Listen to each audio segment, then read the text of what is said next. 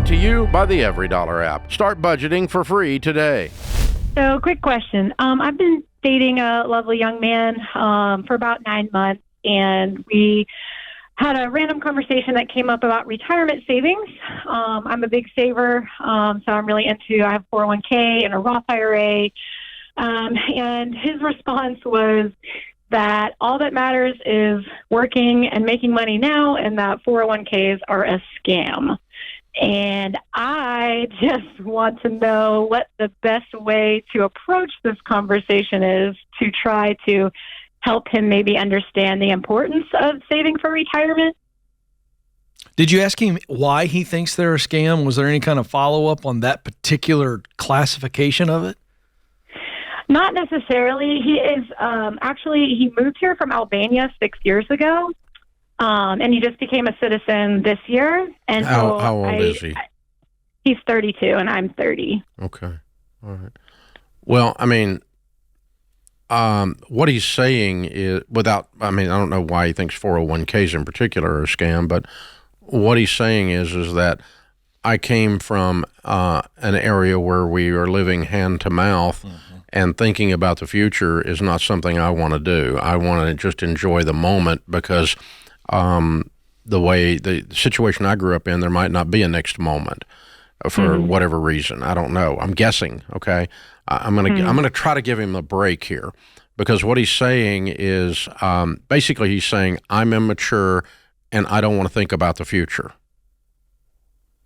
Right. And we can give him a lot of grace as to why he might be in that, based on I don't know what the situation was in his area of Albania. I'm not privy to that, but I can guess that maybe the instability politically or whatever, safety-wise or whatever, in the area he was in, has influenced this viewpoint. Agreed?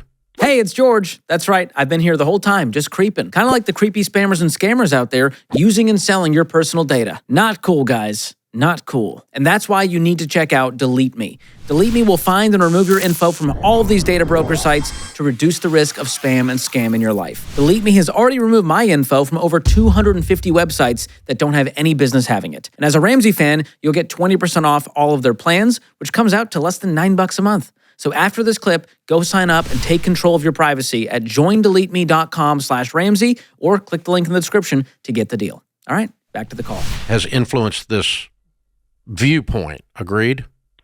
Agreed. But it is a broken and stupid and immature viewpoint, regardless of how he got there. Regardless of how he got there, okay? And so that's a problem for you, because you get to live with someone who's going to do no planning for the future, which guarantees your future sucks. Right. That's a problem. So that has to be solved relationally going forward. So we have to solve for this and walk him out of that, or walk away from him. Yeah, I'm going to recommend, Emily, I'm going back to the days when I taught all three of my kids to ride a bike. And if, in fact, he is truly scared of this product, 401k, because he doesn't understand it, maybe there was corruption, all the things that Dave pointed out. If, in fact, he's truly afraid of it, and that's why he calls it a scam, then, in fact, now you can deal with fear, because he doesn't understand it. So it's like teaching someone to ride a bike. They're scared to death to ride a bike, so what do? You put training wheels on first, right? And then you move from training wheels to, I would hold the back of the seat and I would run with them for a bit. The point is, this is going to be a gradual teaching process for you, I think, if in fact he's scared. Before we talk about this relationship being permanent. That's right. Right. Okay. Now, and so, I'll give you another example that runs parallel, okay? If you come from a Latin American country where the banking system is full of fraud and is unstable and doesn't have an FDIC underpinning, and people lose their money when the bank goes broke, like they did in the Wild Wild West in America, if you come from one of those Latin American countries and you come here, it's not unusual at all for that people from that type of a culture to have a deep distrust of banks. And yet the banking system in America, even though I hate banks, but I mean, it's not, your money's not unsafe in a bank in America. That's an absurd idea. But it's based on where they come from, not based on reality. Now, if you're going to marry someone who says, I'm going to stack $200,000 under our mattress in cash because I refuse to accept the fact that American banks are safe based on the country I grew up in, they're not safe, then that's not marriage material. You're marrying someone that has not adapted well to the new culture that they live in. And you're going to have problems as a result, and shortages and issues. And so, you've got to they have to make the transformation. If that's what it is. If it's simple immaturity, I'm 14 years old and I'm going to live for Friday. Thank God it's Friday, party for the weekend. And I meet 57-year-old Americans who do that. Okay. They have where there is no vision, the people perish. And they end up retiring and trying to live on Social Security and griping and whining because all the opportunity's gone in America because they drank theirs on Friday night because they were so freaking childish. Now, I meet those that are Americans that are 57 years old. You don't want to be married to that guy, 25 years from now. Agreed? Agreed. Yes, sir. So I think you got to work. I think you're wise to bring the question up, and you got to work through this with him, or I'm going to be your old ugly Uncle Dave and say, I love you. Don't marry this guy. He ain't worth it. Yes, I appreciate all the advice. Thank you so much. That's a really cool question. It really is. I would take him to your SmartVestor Pro if you have one.